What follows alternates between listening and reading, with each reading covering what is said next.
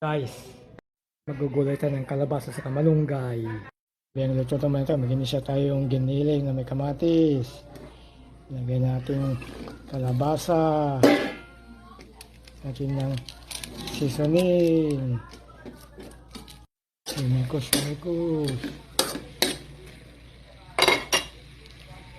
Lagyan natin tubig. Ayan, siyempre kumulong ang malutong kalabasa. Pagkakalang minuto, ito natin kalabasa. Lagay natin daon ng malunggay. Yan guys, ayos na ating kalabasa soup na may daon ng malunggay. Ito guys, ang iprepare naman tayo ng tambakol. Ito guys, ating luto ang kalabasa soup na may malunggay at pritong tambakol. Salamat Lord! For watching guys, God bless us all.